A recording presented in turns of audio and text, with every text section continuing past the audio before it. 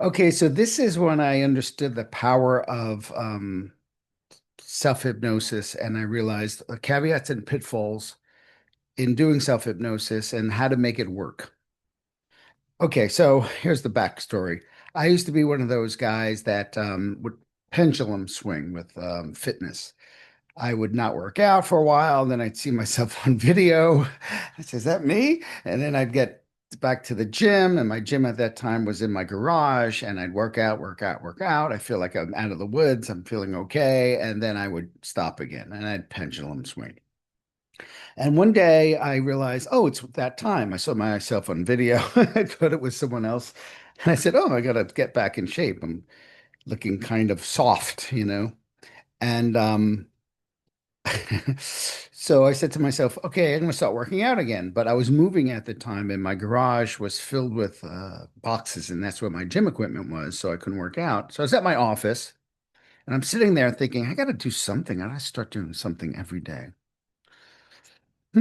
What can I do every day that will help get into shape? And I thought to myself, okay, you know what it is? Push-ups. I could do push-ups every day. Yeah, I mean, in between sessions, I just 50 push-ups, 60 push-ups.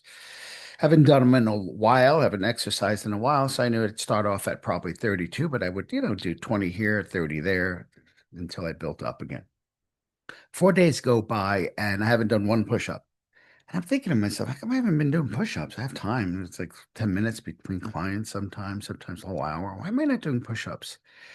And so my wise mind said, well, you don't like them. That's why you're not doing them. You haven't conditioned yourself. And I said, yeah. So in order to do something against your conditioning, you need discipline, meaning you're going to do it and pretend you like it, whether you're comfortable or not. I said, yeah, but I want to program myself to do it. I don't want to have to do it. I don't want to work against my programming. So I thought to myself, said, okay, but I don't have a problem with push-ups. And that wise voice said, yes, you do. I said, no, I don't. Yes, you do. You know how this works, classical conditioning or operant conditioning. If you don't have a positive association or reward, you're not going to do it. I said, but I don't have a problem with push-ups. I said, think about a push-up. I'm thinking about a push-up. I said, no, think about a push-up. Like go on the floor right now and do one. I went, oh. And the first thing I thought of was how it feels when you haven't exercised in months and months. It's like concrete. It's like cement bags. You feel really heavy. You feel it's really miserable. And I said, oh, no wonder. And my wise mind said, why don't you condition yourself to do them and, hypnotize yourself into liking push-ups or assuming they're not going to feel that way. And I was just like, but how am I going to do that? So you know how this works. You know how hypnosis works. I said, yeah, but and then my critical faculty came in, the autobiographical self-referencing network. It says, what are you doing? That's how it's going to feel. That's reality. That's how push-ups are going to feel. That's what are you doing? You haven't worked out months and months. That's how they feel when you start. I said, yeah, I just want to advertise to myself a different feeling. Yeah, but it's not true. It's not gonna, and it was getting really annoyed with me. And I said, okay, wait a minute. People advertise to us all the time shit that's not true. Like you put a person in a bathing suit by a tire, suddenly you're picking that tire, or baby by soap or dishwashing liquid, and people are just picking that soap or dishwashing. They don't know why. They're associating connections to things. I said, I'm just going to advertise to myself like advertisers do.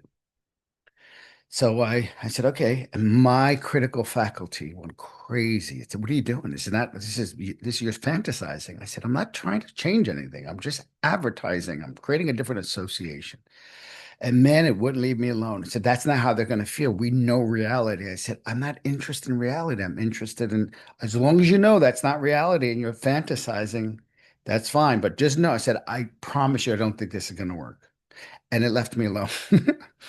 So I thought with NLP, we call it submodalities. I thought to myself, what is the experience of push-ups I don't like? And there were three things.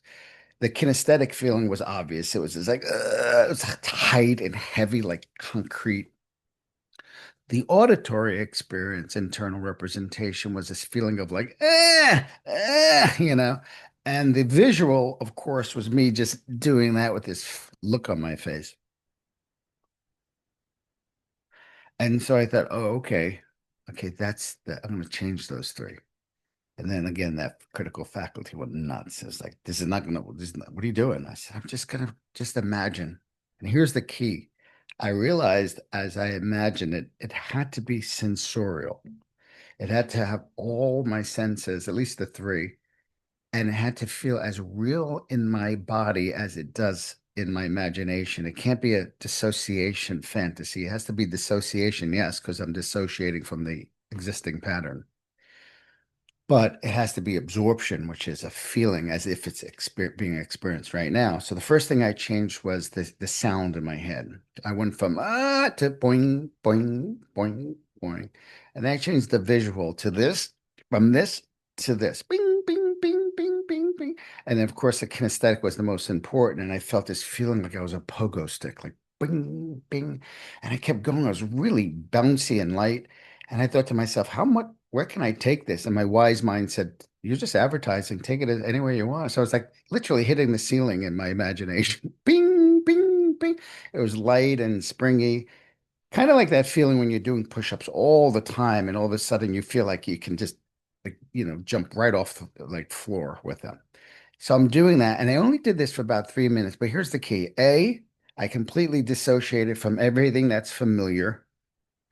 B, I was completely sensorially absorbed in what I wanted and what I wanted to experience. And C, I completely disengaged from any idea that this is going to happen or I wonder if it's going to happen. I got to the point where I no longer existed but the experience. And like I said, I only did this maybe 3 minutes, maybe 4 or 5, but no more than 3 or 4 minutes, really.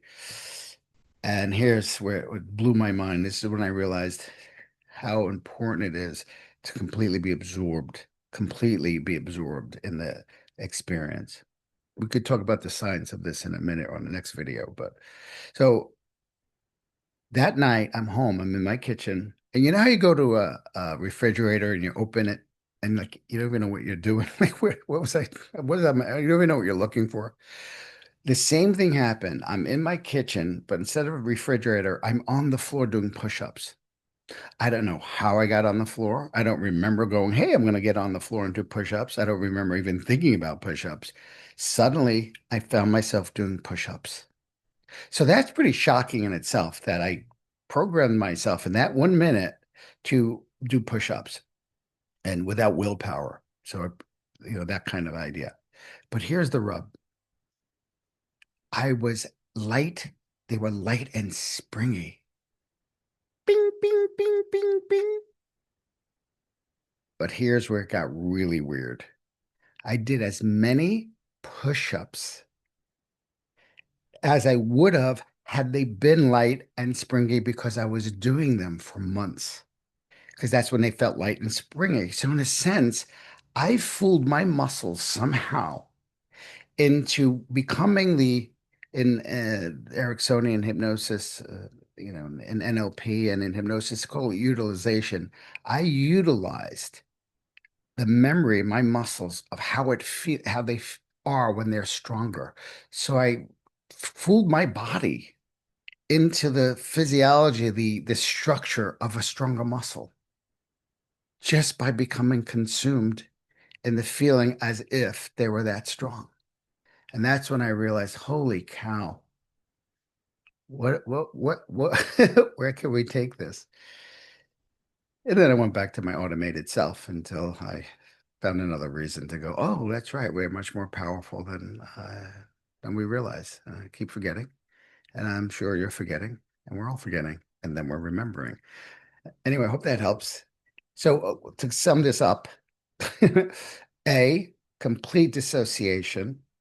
B, don't try to change anything. You're having a new experience from this dissociative place, which is hypnosis, relaxation, dissociation, absorption.